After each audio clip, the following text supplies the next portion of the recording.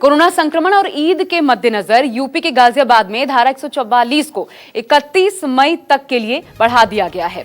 यहां पर कोरोना मरीजों की संख्या 100 के आंकड़े को पार कर चुकी है। 104 ये आंकड़ा हो गया है बढ़कर। कल जो रिपोर्ट आई थी उसमें 9 और लोगों के कोरोना पॉजिटिव होने की पुष्टि हुई है।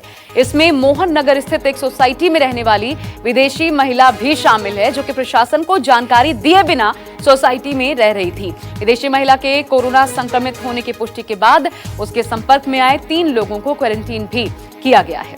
तो गाजियाबाद में बढ़ा दी गई है धारा 144। अब 31 मई तक ये लागू रहेगी।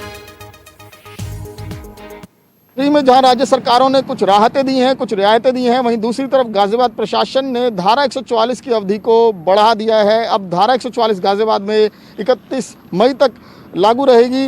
दरअसल गाजियाबाद में पहले से ही धारा 144 लगी हुई है, जिसकी अवधि 1 मई को समाप्त हुई थी, जिसके बाद प्रशासन ने फिर से फैसला किया इस धारा 144 की अवधि को 31 मई तक बढ़ाने का।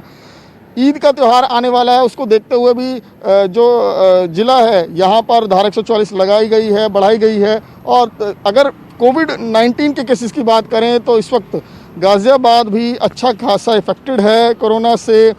100 से ज़्यादा मामले यहाँ पर अब तक सामने आ चुके हैं। कई कंटेनमेंट जोन हैं गाज़ियाबाद में।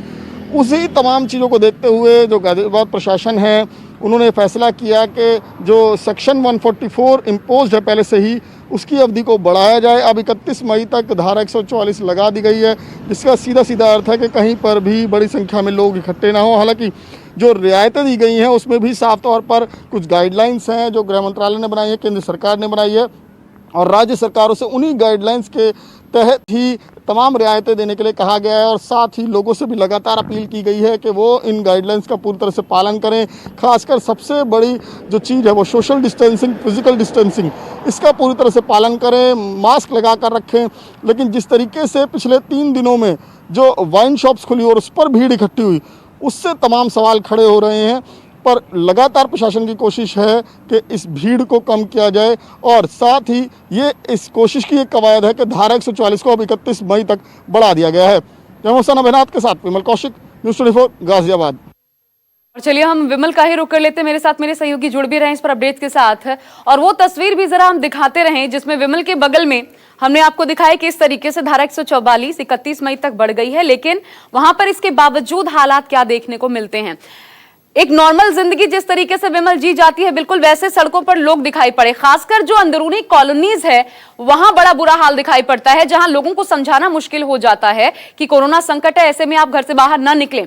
माहौल क्या है, ये लोगों पर कितना प्रभावित कर पाया है धारा 144, और गाजियाबाद में इस वक्त माहौल क्या है? क्योंकि जाहिर तौर पर 144 लगाने का या बढ़ाने का कारण यही कि कोविड के मामले बढ़ रहे हैं।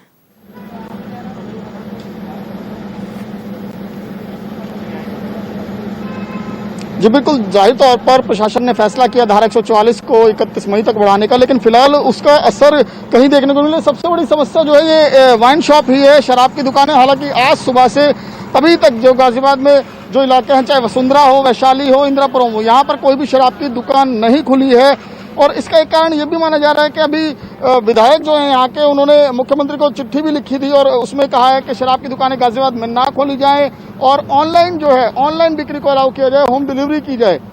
लेकिन ये जाहिर तौर पर सरकारें भले ही अपने राजस्व को बढ़ाने के लिए, अपने पैसे को बढ़ाने के लिए, खजाने को भरने के लिए उन्होंने शराब की दुकानें तो खोल दी, लेकिन इंतजाम नहीं किए, जिसके चलते लोगों को भी खासी दिक्कत हो रही है। लोग बड़ी संख्या में बाहर निकल रहे हैं। आप देख सकते हैं यहाँ पर सुबह से ही तमाम लोग खड़े हुए हैं।